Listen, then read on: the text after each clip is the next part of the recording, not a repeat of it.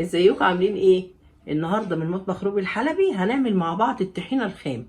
هنعملها احسن وانضف مليون مره من الطحينه الجاهزه اللي احنا بنشتريها. تعالوا نشوف هنعملها ازاي. معانا كوبايتين سمسم او ربع كيلو سمسم. هيكون عباره عن ايه؟ كوبايه سمسم متحمصه وكوبايه سمسم لونها ابيض، زيت، ومعانا معلقتين كبار دقيق، ومعانا ربع معلقه صغيره ملح. نجيب طاسه وهنحط فيها السمسم الابيض وهنحط فيها السمسم المحمص. طبعا اهم حاجه طبعا في السمسم عشان احنا نشتريه والطحينه بتاعتنا تبقى ناجحه ان السمسم بتاعنا بصوا يكون نضيف، نكون جايبينه من عطار كويس، الحاجه بتاعته نضيفه. هنعمل ايه؟ هنقلب السمسم الابيض والمحمص على بعض وهنحطهم على النار. هنحطهم على النار، احنا مش هنحمصهم. احنا هنعمل ايه؟ مجرد ما نمسكهم كده نلاقي السمسم معانا سخن، يعني احنا هنسخن السمسم بتاعنا عشان نشيل اي رطوبه فيه ويكون سهل ان هو يتطحن معانا. طبعا واحنا بنسخن السمسم طبعا لازم ايدينا تبقى فيه كده على طول، عشان احنا مش عايزينه ياخد اي لون معانا، عشان لو خد لون معانا هيبوظ لنا لون الطحينه. احنا طبعا ظابطين لون الطحينه هنا بايه؟ بالسمسم الابيض مع السمسم المحمص، لان انا بجد ما بحبش الطحينه تكون لونها ابيض قوي فاتحه، بحب اللون اللي انا هوريه لكم دلوقتي.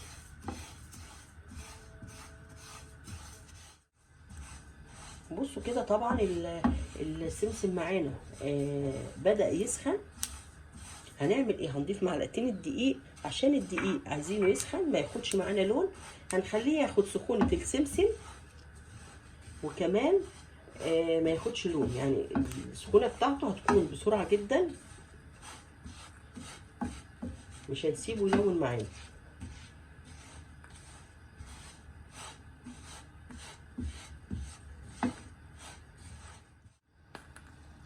بصوا كده هو سخن معانا. هنعمل ايه؟ هنشيله طبعا. هنعمل ايه؟ هنضيف الملح وهنقلبه كده. بصوا كده احنا هنقلب الملح مع السمسم والدقيق. طبعا احنا ضفنا الدقيق ليه؟ احنا هنا مش بنكتر كميه الطحينه بالدقيق، لان كميه الدقيق قليله جدا. احنا بنعمل ايه؟ الدقيق بيساعد السمسم ده انه يطحن كويس، وكمان الطحينه بتاعتنا هتكون ناعمه. طبعا هنجيب المطحنه بتاعت الخلاط وهنبدا نعمل ايه؟ هنبدا نطحن السمسم ده كويس جدا.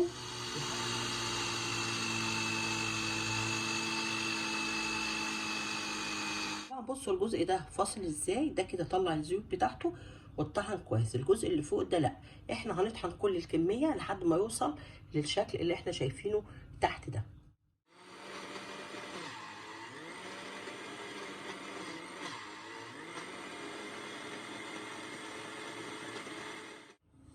بصوا طبعا السمسم عمل معانا ازاي. طبعا الدقيق بيساعد ان هو يتطحن قوي. بصوا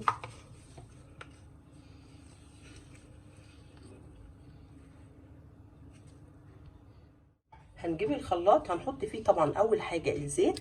بنحط الزيت ليه؟ عشان الطحينه ما تلزقش في الخلاط وما نكونش عارفين نطحنها. هنحط السمسم المطحون بتاعنا،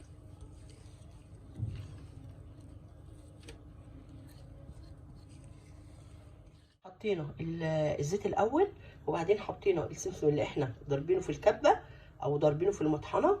وهنعمل ايه؟ هنضربه في الخلاط.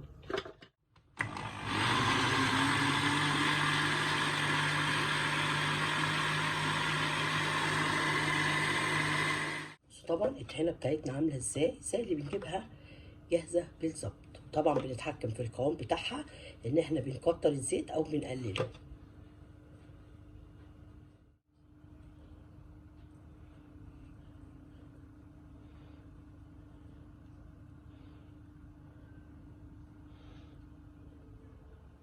طبعا بصوا الطحينه جميله ازاي ولونها. انا بحب جدا لون الطحينه ده، الفاتحه قوي مش بحبها، هي كده لونها يعتبر وسط. طبعا لو احنا عايزين نعمل الطحينه فاتحه خالص، اللي بيحبوها فاتحه، نحط لها سمسم ابيض بس طبعا هي كده لونها جميل جدا. طبعا بصوا الطحينه كل ما بتبرد طبعا بتتقل معانا.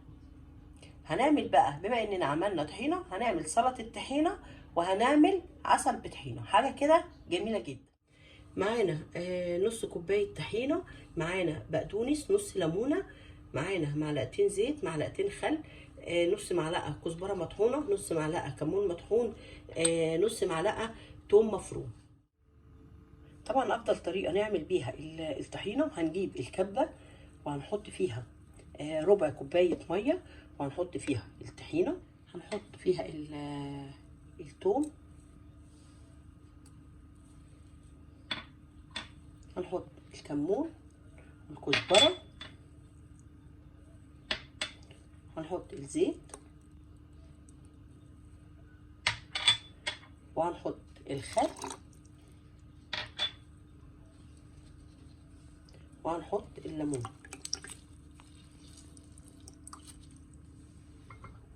وهنعمل ايه؟ هنضربهم كويس جدا مع بعض.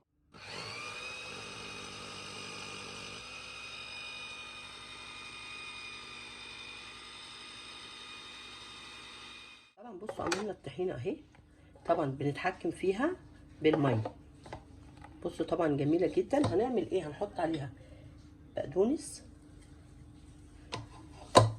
هنقلبه طبعا معاها،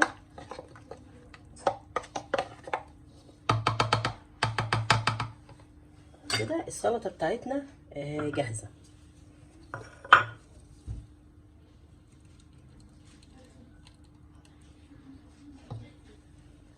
طبعا خلاص كده الطحينه بتاعتنا جاهزه، حطينا عليها بقدونس وزيناها ببقدونس، وممكن نستغنى عن البقدونس، طعمها طبعا جميل جدا. عسل بطحينه طبعا من الاكلات الجميله جدا اللي كلنا بنحبها.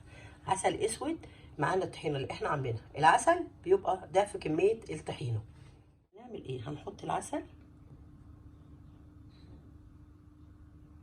هنا العسل، وهنعمل ايه؟ هنحطه في ايه؟ الطحينه كده اهو.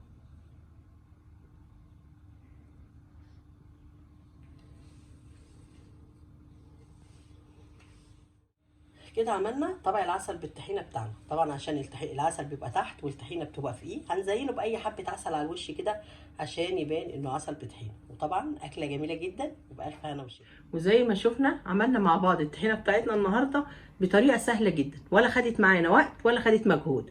عملنا الطحينه الخام وعرفنا ايه سر نعومتها، وعملنا من الطحينه الخام طحينه سلطه او سلطه الطحينه، وعملنا مع بعض عسل بطحينه، اكله محببه للجميع.